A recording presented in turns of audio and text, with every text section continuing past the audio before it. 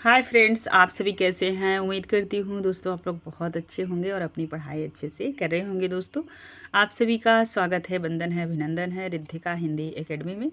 यह चैनल दोस्तों UP higher education जो छत्तीसगढ़ लोक सेवा आयोग और ये हिंदी विषय के उच्च स्तरीय प्रतियोगी परीक्षाओं को ध्यान में रख के हम जो है कि इस पे कार्य कर रहे हैं। दोस्तों आप आज देखेंगे छत्तीसगढ़ लोक सेवा आयोग का पेपर, जिसे हम CGPSC कहते हैं, असिस्टेंट प्रोफेसर 2019 का जो ये फॉर्म फिल हुआ था। दोस्तों इसकी जो परीक्षा तारीख थी वो 6 नवंबर 2020 थी। आज इसी को हम व्याख्यात्मक रूप से देखेंगे, क्योंकि छत्तीसगढ़ में इस समय वैकेंसी आई हायर एजुकेशन में दोस्तों, तो इसी को ध्यान में रखते हुए कैसे प्रश्न पूछे जाते हैं इसी का एक मूल्यांकन करेंगे। और आप सभी हमारे साथ बने रहिए दोस्तों, वीडियो पूरा देखिएगा। आइए चलते हैं, पहला प्रश्न देखेंगे। निम्नलिखित युगों में से एक सुमेलित नहीं है, उसे चुनिए। तो नहीं वाला प्रश्न पहले ही मिल गया दोस्तों, तो परीक्षा में आप भी ध्यान रखिएगा, नकारात्मक दृष्टि से प्रश्न पूछे जा रहे हैं। मुंशी सदा सुखलाल, ये है मुंतखबुत वारिक का।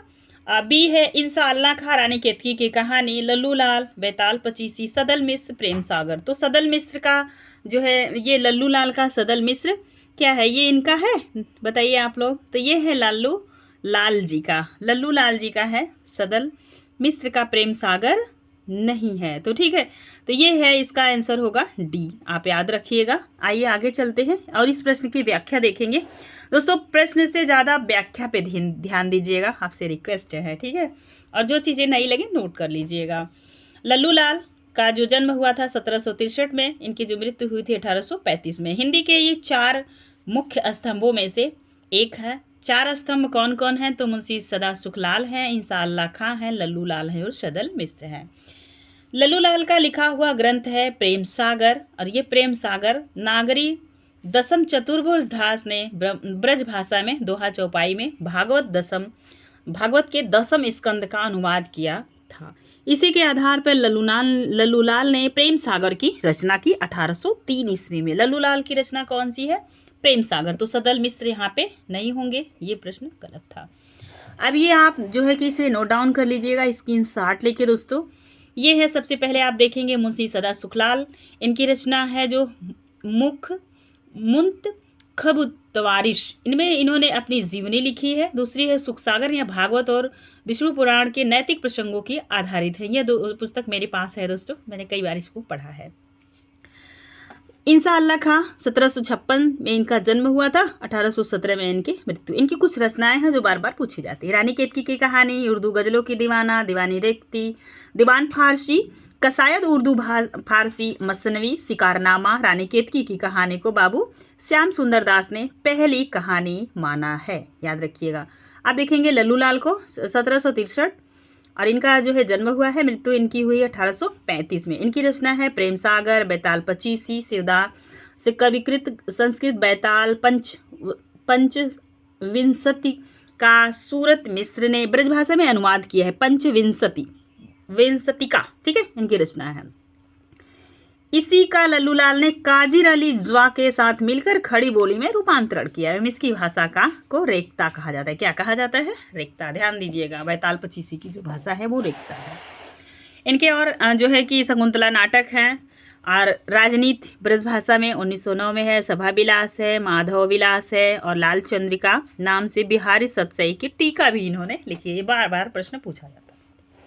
सदल मिश्र को देखेंगे, इनका जन्म 1767 ईस्वी में, इनकी मृत्यु 1848 ईस्वी में हुई थी।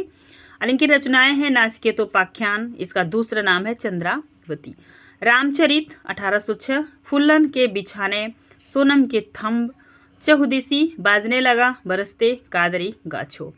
सखी संप्रदाय के प्रवर्तक निम्न में से कौन है, तो ये प्रश्न बहुत ही इजी है, कई बार पूछा गया। तो ये है स्वामी हरिदास। अब देखेंगे हम स्वामी हरिदास के बारे में। सखी संप्रदाय के प्रवर्तक स्वामी हरिदास है। सखी संप्रदाय निम्बार्क मत की एक शाखा है, जिसे स्वामी हरिदास ने की थी। अब आपने देख लिया। इसके भक्त अपने आप को श्री कृष्ण की सखा मानकर उसकी उपासना करते हैं। स्वामी हरिदास जी के द्वारा निकुंजोपासना के रूप में श्यामा कुंज विहारी की उपासना सेवा की पद्धति विकसित हुई है। निकुंज उपासक प्रभु से अपने लिए कुछ भी नहीं चाहते। अब आप समझ गए होंगे निकुंज उपासक किसे कहते हैं, बल्कि उसके समस्त कार्य अपने आराध्य को सुख प्रदान करने हेतु होते हैं। इस संप्रदाय में माधुर्य भक्ति प्रेम की जाती है। तो निकुंजोपासना में जो भक्ति होती है वो क्या होती है, इसमें कुछ मांगा नहीं जाता पहली बात, और ये माधुर्य भक्ति है और प्रेम भक्ति इसमें की जाती है। ठीक है, नेक्स्ट देखेंगे। आप देखें, यह संप्रदाय जिन भेषा मोरे ठाकुरे रिझे सो ही भेष धरूंगी के आधार पर अपना समस्त जीवन राधा कृष्ण सरकार को निछावर कर देते हैं। स्वामी हरदास की प्रमुख रचनाएं हैं, तो इनकी रचना को आप जरूर ध्यान दीजिए क्योंकि यहाँ से प्रश्न बनते हैं। केलीमाल माधुर्य भक्ति का महत्वपूर्ण ग्रंथ है। सिद्धांत 18 पद है। सखी संप्रदाय की प्रसिद्ध मंदिर श्री बांके बिहारी जी और राधा बल्लभ और निधिवन में है। जबकि आप देखेंगे विद्यापति, तो विद्यापति भी ऑप्शन पे थे इसलिए विद्यापति को यहाँ पे हम लोग पढ़ लेते हैं। विद्यापति को हिंदी में कृष्ण रीति परंपरा का प्रवर्तक माना जाता है।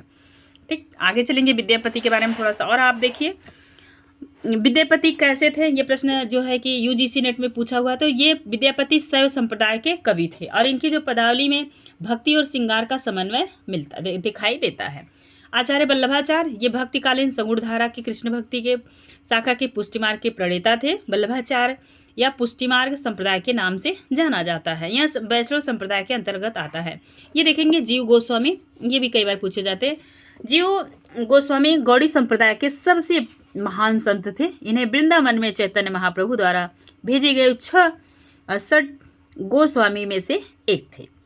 नेक्स्ट प्रश्न देखेंगे आपके स्क्रीन पे। जयशंकर प्रसाद रचित स्कंदगुप्त नाटक के पात्रों के विषय में कौन सा कथन गलत है?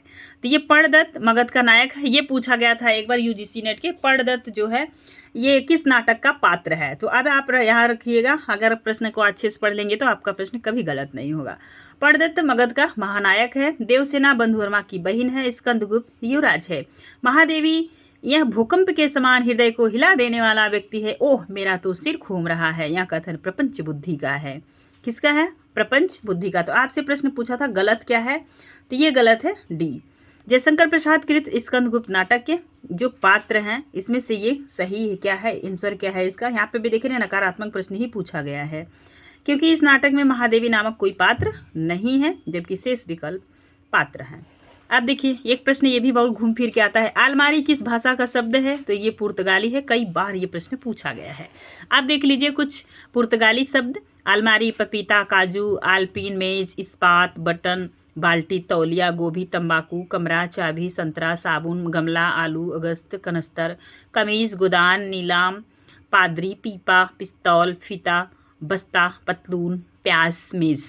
ये सारे शब्द कैसे हैं? पुर्तगाली। अंग्रेजी के शब्द देखें, papa, mummy, sister, teacher, tuition, school, college, university, book, copy, pencil, poster, अफसर, ऑफिस, फीस, कोर्ट, जज, table, hospital, nurse, doctor, guard, बनियान, underwear, shoes, plumber, notice, cycle, car, mic, training. ये सारे प्रश्न अंग्रेजी के हैं। रूसी के कुछ प्रश्न देखें, बुजुर्ग, बोदगा, रूबल, स्पुतनिक आदि। फ्रेंच, कूपन, मेयर, अंग्रेजी, कारतूस, रिपोर्टाज आदि। ये रिपोर्टाज बहुत बार पूछा जाता है कैसा शब्द है, तो फ्रेंच भाषा का शब्द है। नेक्स्ट देखेंगे घनानंद जो थे वो कवि के दीक्षा गुरु का क्या नाम था? ये प्रश्न बहुत मजेदार है, आप इनका उत्तर दीजिए। घनानंद के बारे में ये प्रश्न आप बताइए। घनानंद कवि के दीक्षा गुरु का नाम क्या था? तो इनके दीक्षा गुरु का नाम ए नंबर वृंदावन देव, निम्बारकाचार्य, मध्वाचार्य, वल्लभाचार्य। तो क्या नाम था इनका? वृंदावन देव था। घनानंद कवि के दीक्षा गुरु का नाम वृंदावन देव था। देव है, ये तो नहीं होना चाहिए। भगवान जो है नहीं थे, ऐसा होगा। भगवान कृष्ण के प्रति अनुरक्त होकर घनानंद वृंदावन में उन्होंने निम्बार्क संप्रदाय में दीक्षित हुए थे। श्री वृंदावन देव से दीक्षा ली थी और अपने परिवार का मोह भी उन्होंने भक्ति के कारण त्याग दिया था। महत्वपूर्ण जो इनके बारे में कुछ इनकी रचनाएं हैं जहां से टीजीटी 2021 में प्रश्न बना था दोस्तों, तो ध्यान दीजिए। काशी नागरी प्रचारी महासभा संवत 2000 संवत तक की खोज के आधार पर उनकी निम्नलिखित रचनाएं हैं। तो ये भी प्रश्न यहाँ से भी दोबारा प्रश्न बनेगा, अभी बना भी था। आनंद घन के कविता, घन आनंद कविता, आनंद घन जू के कवित, कृपाकंद निबंध, वियोग वेला। देख रहे हैं ये वियोग वेला, आनंद घन की पदावली, पदावली शब्द से तो आप को रिलेट कर जाएंगे। कविता संग्रह, सुजान विनोद, स्फुट कवित्त, सुजान हित, सुजान हित प्रबंध, इस्कलता, जमुन जस, प्रीति प्रावस, वृंदावन, सत रस केली वल्ली। परीक्षा उपयोगी जो महत्वपूर्ण आगे कैसे प्रश्न बन सकते हैं उनको भी ध्यान दीजिए।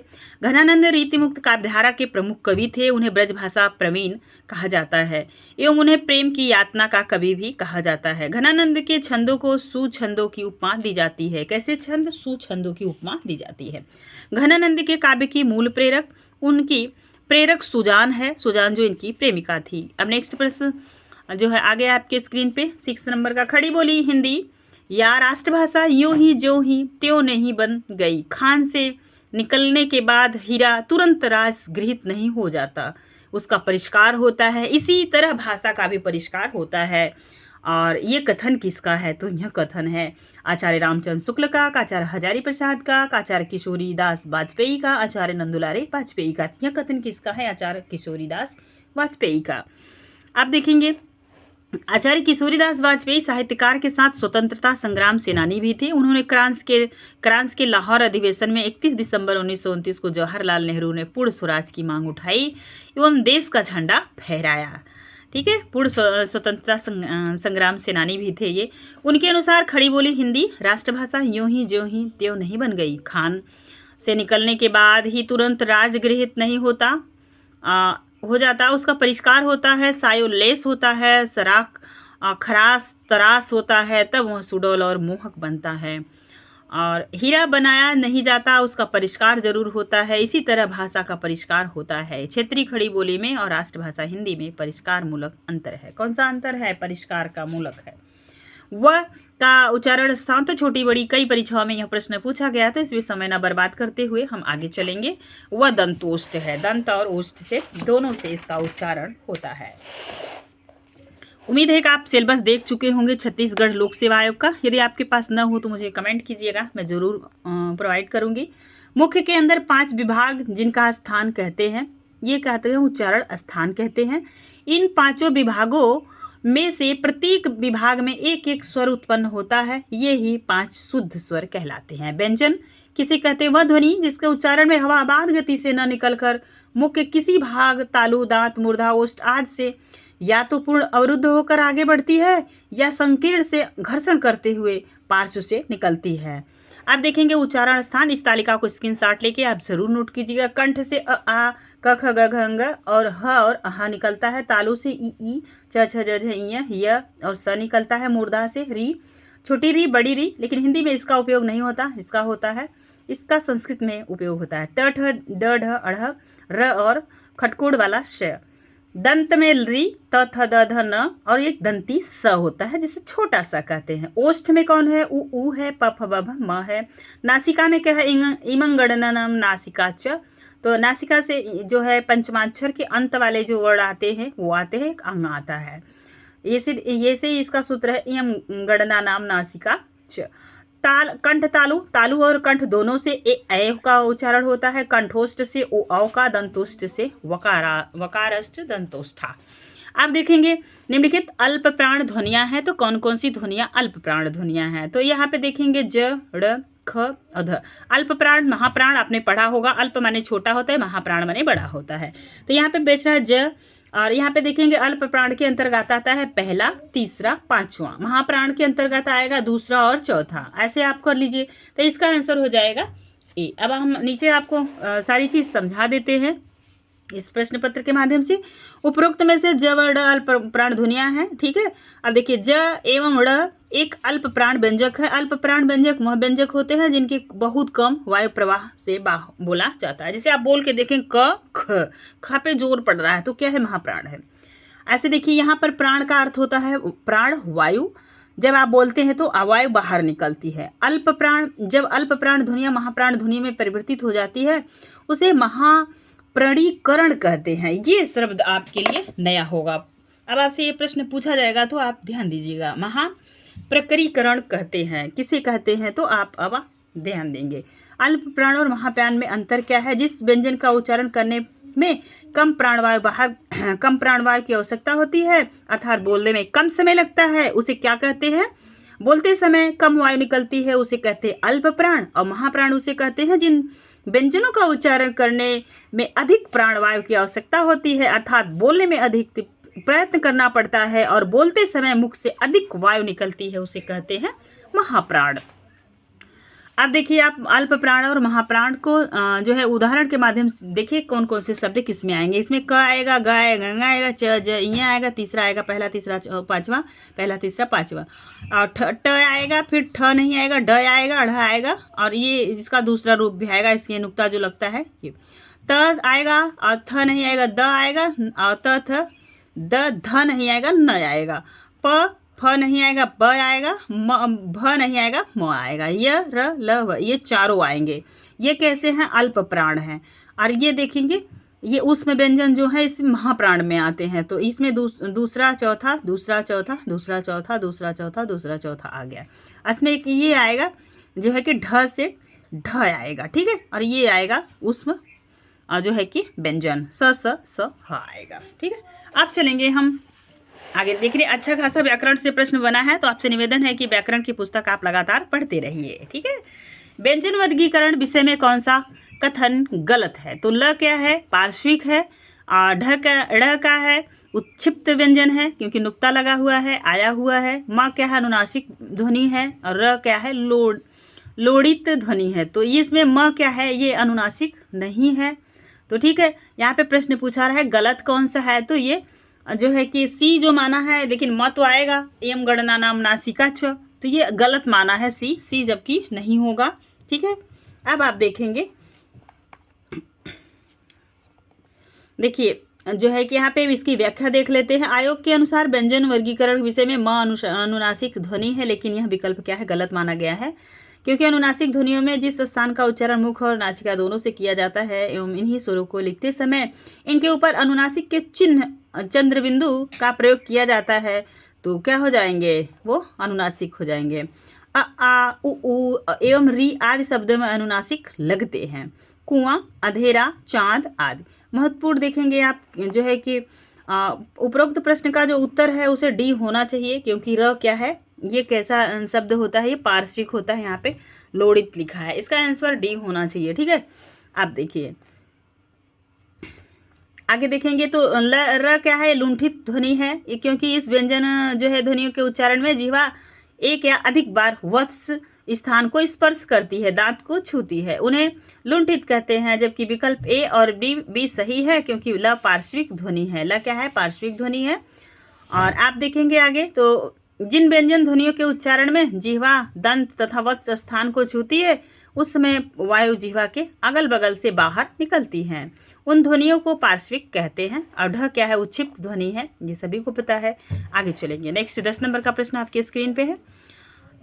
निम्न शब्दों में से किस शब्द में अर्थ विस्तार न होकर अर्थ संकोच हुआ है? तो कहाँ पे हुआ है अर्थ संकोच? यहाँ पे मंदिर में, क्योंकि यहाँ पे आप इसको देखिए अर्थ संकोच किसे कहते हैं, ये भी आपके लिए नया प्रश्न होगा। यदि आप पहली बार जो है कि असिस्टेंट प्रोफेसर की तैयारी कर रहे हैं, लोक सेवा आयोग छत्तीसगढ़ का पेपर आप देख रहे हैं, तो ध्यान दीजिए, प्रश्नों के नेचर को समझने का प्रयास कीजिए। मंदिर शब्द में अर्थ विस्तार न होकर अर्थ संकोच हुआ है, देख रहे हैं। अब देखिए अर्थ विज्ञान के प्रमुख चिंतक व्रील के अनुसार, किसके अनुसार? व्रील के अनुसार यह विकास मुख्यतः 3 दिशाओं में होता है, अर्थ विस्तार, अर्थ संकोच, अर्थ देश, ठीक है। तो अर्थ विस्तार क्या है? जब शब्दों का अर्थ सीमित एवं संकुचित क्षेत्र के निकलकर अधिक विस्तृत एवं व्यापक हो जाता है, तब उसे अर्थ का विस्तार कहते हैं। ये तो समझ में आ गया। पिरामिड किसे कहेंगे?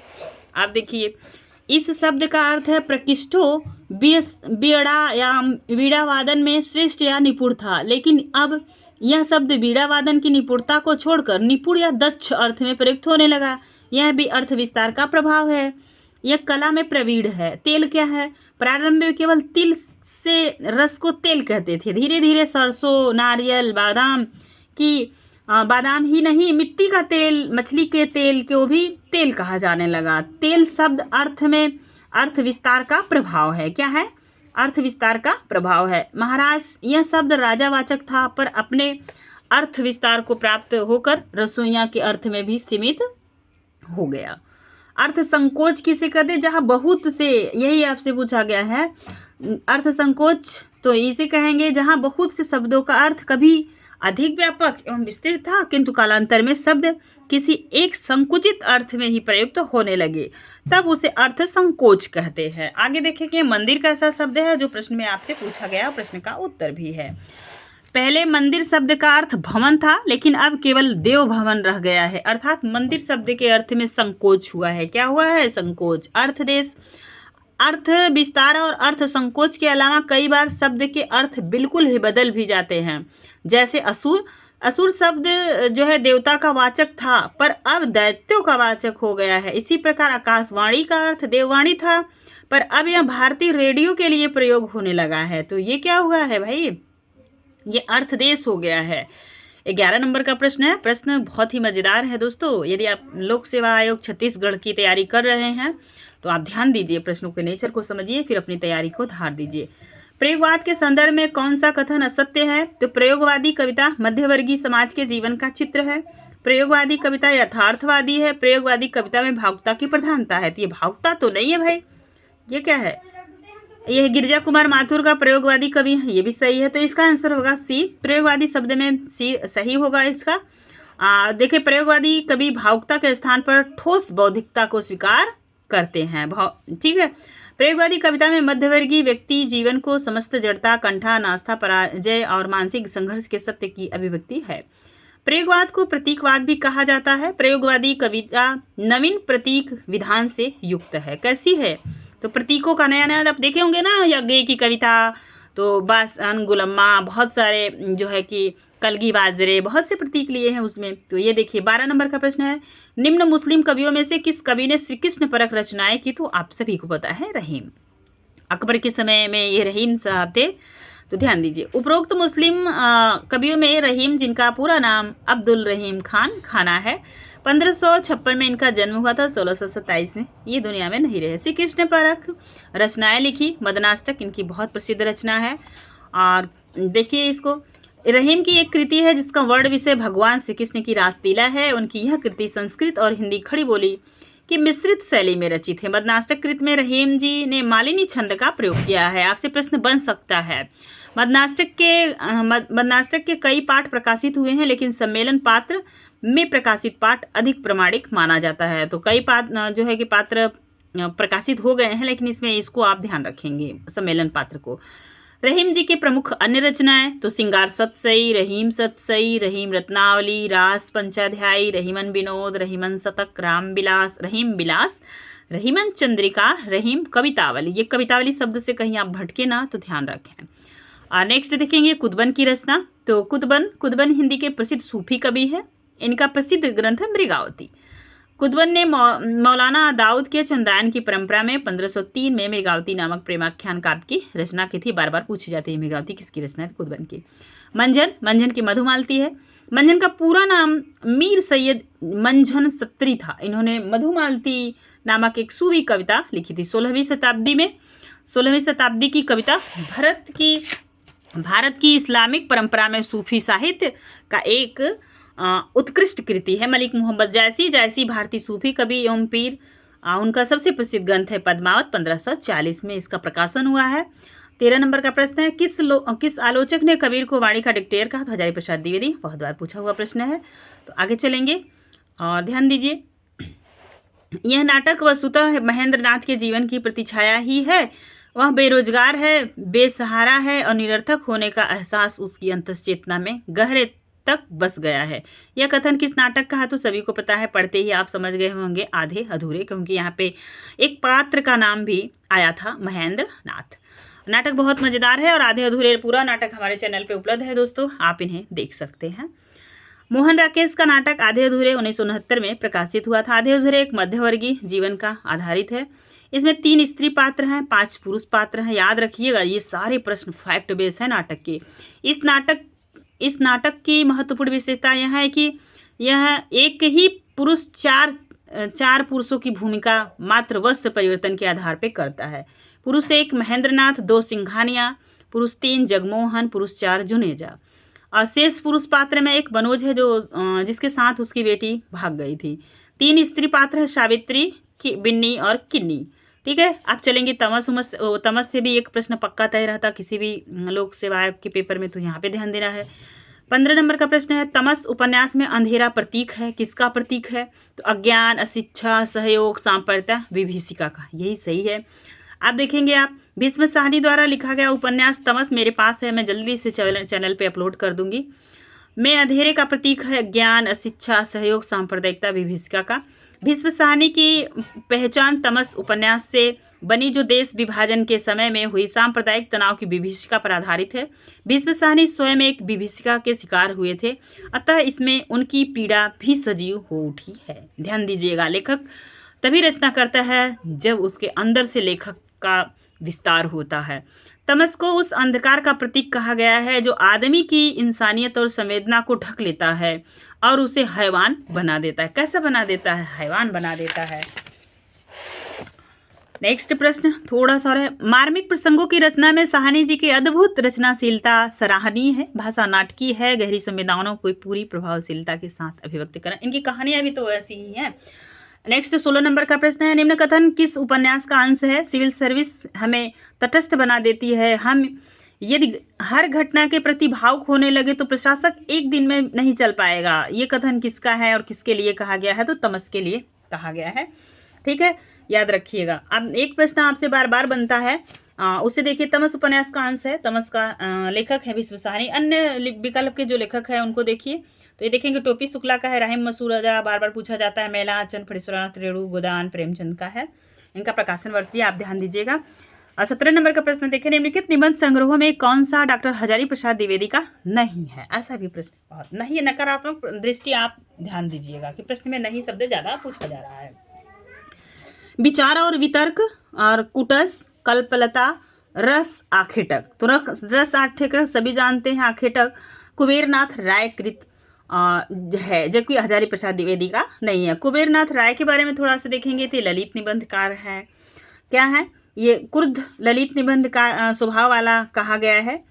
किस नाटक को? तो एक बार ध्यान दीजिए, कुबेर राय ने अपने निबंध रस आखेटक को क्रुद्ध ललित स्वभाव वाला कहा है। वे स्वयं को तमोगुणी वैष्णव कहते हैं और उनके मत में मेरा संपूर्ण साहित्य तो क्रोध है, नहीं तो अंतर का हाहाकार है। ये प्रश्न बहुत इंपॉर्टेंट है, आप अपनी डायरी में नोट कर लीजिएगा। कुबेरनाथ राय के निबंधों में पंडिताई कूट कूट कर भरी हुई है। उनके अध्ययन का दायरा बहुत व्यापक है। उनके निबंध में भारतीय और पाश्चात्य दोनों संदर्भ का खूब प्रयोग किया गया है। आप देखेंगे हजारी प्रसाद द्विवेदी के निबंध संग्रह, तो ये अशोक का फूल, विचार प्रवाह, कल्पलता, विचार और वितर्क, और देखेंगे विचार प्रवाह, कुटज और एक आलोक पर्व। तो ये इनका क्रम लगाने के लिए आता है, आप नोट डाउन कर लीजिएगा। नेक्स्ट चलेंगे, ये कुबेरनाथ राय के बहुत सारे निबंध हैं, इसमें से कुछ महत्वपूर्ण निबंध आपके समक्ष प्रस्तुत किए गए हैं, आप इन्हें ध्यान दीजिए। तो ये है प्रिया नीलकंठी, ये यूपीएचएससी के पाठ्यक्रम में लगा हुआ है। रस आखेटक, गंधमादक, निषाद बांसुरी, विशद योग, पर्ण मुकुट, महाकवि की तर्जनी, पढ़ मणि पुतुल के नाम, मन पवन की नौका, किरात नदी में चंद्र मधु, दृष्टि अभिसार, नेत्रेत्रा का बृहदमास, कामधेनु, मराल, उत्तर कुरु, चिन्मय भारत, वाणी का क्षीर सागर, अंधकार में अग्निशिखा, आगम की नाव, रामायण, महातीर्थम। इनका प्रकाशन वर्ष भी आप नोट कर लीजिएगा। अब हम चलेंगे जो है कि 18 नंबर प्रश्न पे। अब ये देखिए 18 नंबर का प्रश्न है, अंधेरे में रचना का प्रकाशन प्रथम प्रकाशन किस नाम से हुआ था? तो ये अंधेरे में कविता थी, इसका पहला प्रकाशन हुआ था आशंका के द्वीप अंधेरे में। ठीक है, अब इनके बारे में देखिए, आशंका के द्वीप अंधेरे में, अंधेरे में गजानन माधव मुक्ति के श्रेष्ठतम कविताओं में से एक है। अंधेरे में की रचना मुक्तिबोध जी ने अपने राजनांद गांव में रहते हुए किया था। कहाँ किए थे? राजनांद गांव में। अंधेरे में मुक्तिबोध की सबसे लंबी अंतिम कविता है। ये भी आपसे प्रश्न बन सकता है।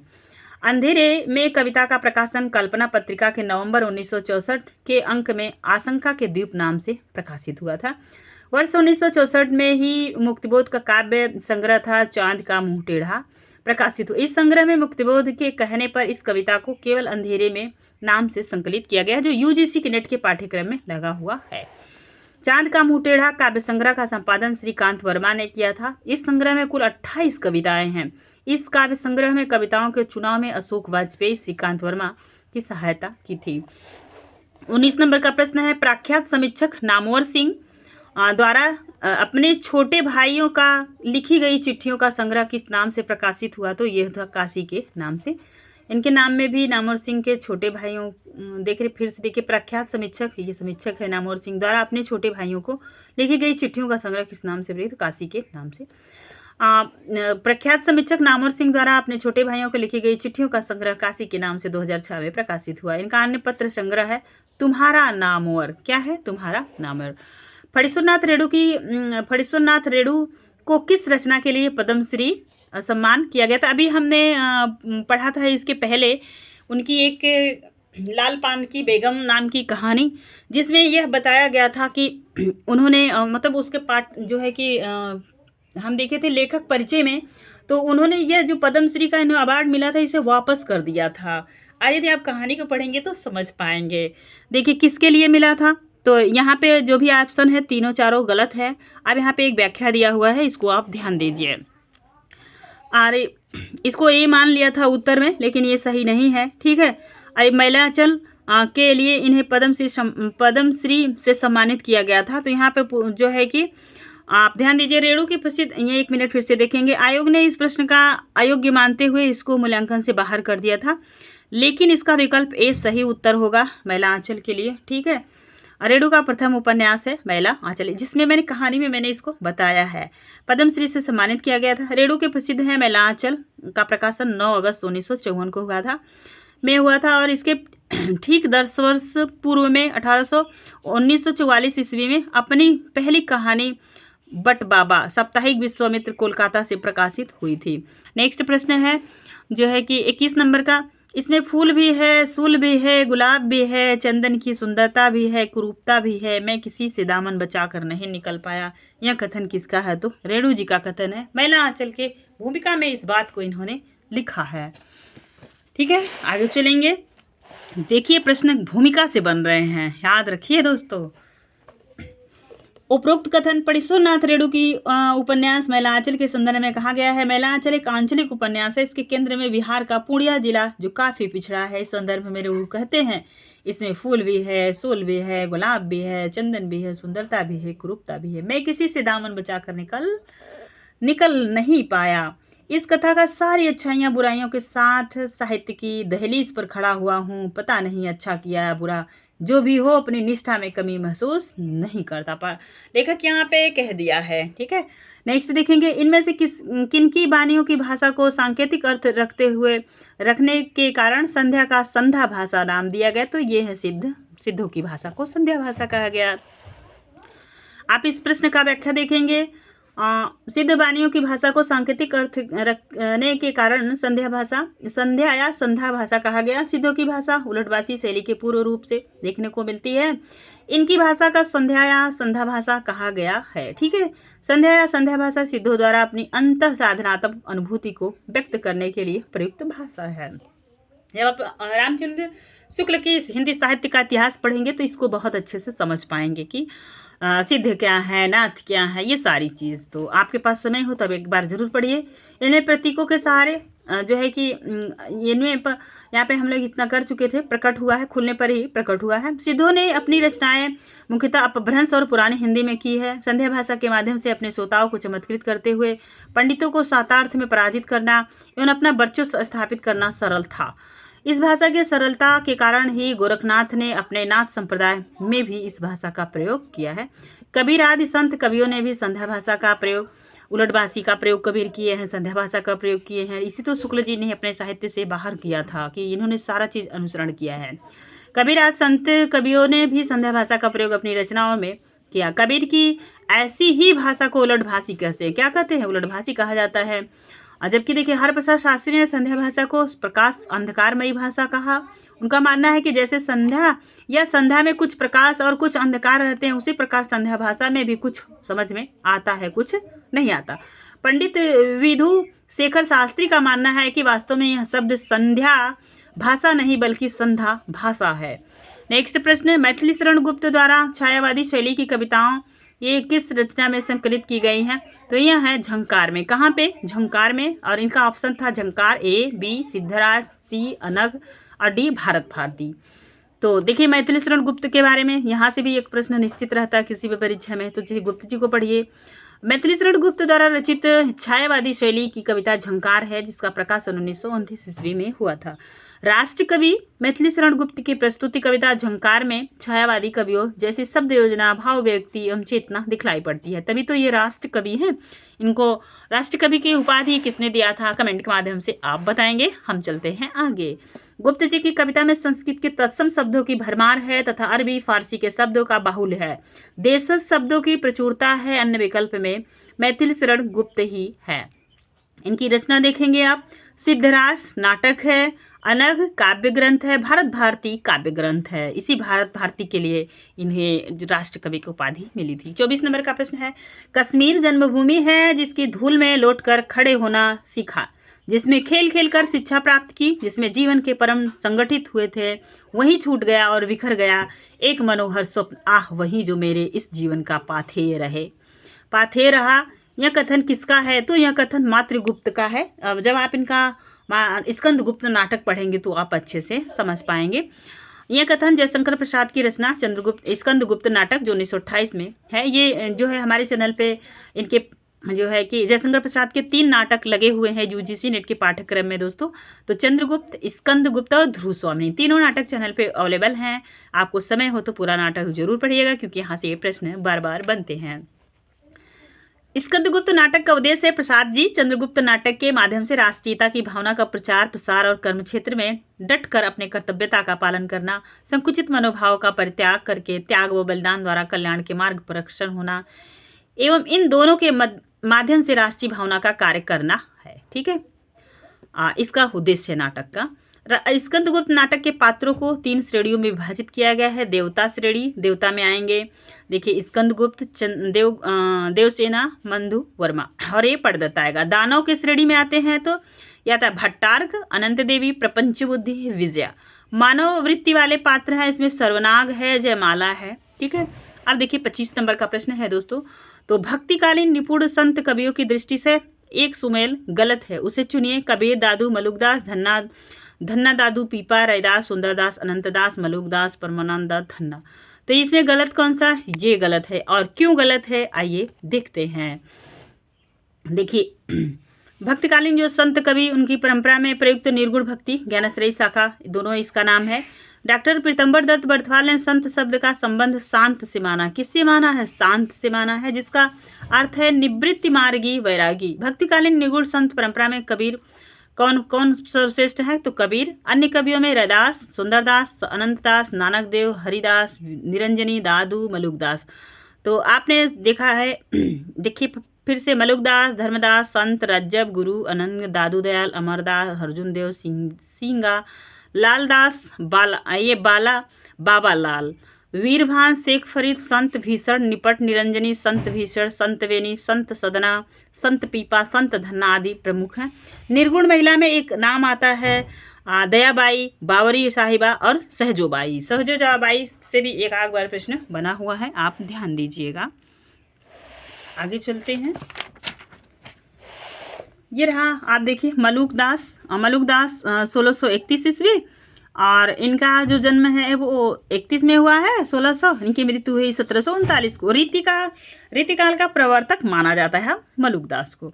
परमानंद दास वल्लभ संप्रदाय का अर्थात पुष्टि मार्ग के 8 कवियों में अष्टछाप में एक कवि हैं, जिन्होंने भगवान श्री कृष्ण की विभिन्न लीलाओं का अपने पदों में वर्णन किया है। धन्ना भगत एक वैष्णव भक्त रहस्यवादी कवि हैं। कैसे कवि हैं, तो रहस्यवादी कवि हैं। आपसे जो प्रश्न बना था, प्रश्न को आप एक बार फिर से देखें। भक्तिकालीन निर्गुण संत कवियों की दृष्टि से एक सुमेलन गलत है। तो यहाँ पे देख पा रहे होंगे परमानंद धन्ना का जो नाम आया है परमानंद दास, ये परमानंद दास, मलुकदास को छोड़ दीजिए, धन्ना को छोड़िए, तो परमानंद दास कहाँ के कवि हैं, तो ये है अष्टछाप के कवि। जबकि यहाँ पे यही पूछ रहा था कि इनके सारे के क्रम सही है, ये सारे कवि कहाँ के हैं, ये सी तक सब हैं आपके निर्गुण जो है कि संत परंपरा में। ये जो है परमानंद दास हैं, ये अष्टछाप के कवि हैं, इसलिए ये प्रश्न गलत था। नेक्स्ट में देखेंगे दोस्तों, तो आज हमने 25 नंबर तक के प्रश्नों को देखा। वीडियो लगभग 40 मिनट का होने वाला है। तो 25 प्रश्न में 40 मिनट, वैसे तो मैंने पूरी कोशिश की थी कि हम 100 प्रश्नों को ले लेंगे। छत्तीसगढ़ लोक सेवा आयोग के 100 प्रश्न आए हैं। प्रश्न पूरे मज़ेदार हैं, जबकि सिलेबस तो थोड़ा सा देखने से लगा कि इजी है, लेकिन प्रश्न बहुत ही कठिन है, आप देख पा रहे होंगे। तो ये 25 प्रश्नों तक की श्रृंखला को यहीं समाप्त करते हैं और फिर मिलेंगे नेक्स्ट वीडियो में। और वीडियो पसंद आएगा तो प्लीज़ लाइक कीजिएगा, और ऐसे ही हम सारे प्रश्नोत्तरी को लेके आएंगे लोक सेवा आयोग छत्तीसगढ़ के। अगर आपको इसके आगे भी वीडियो चाहिए तो प्लीज़ एक बार कमेंट करके ज़रूर बताइएगा। फिर हम इसके पाठ्यक्रम को, कहानियों को कवर करेंगे जो मानसरोवर भाग 1 में लिखी हुई हैं। आज के लिए बस इतना ही, धन्यवाद।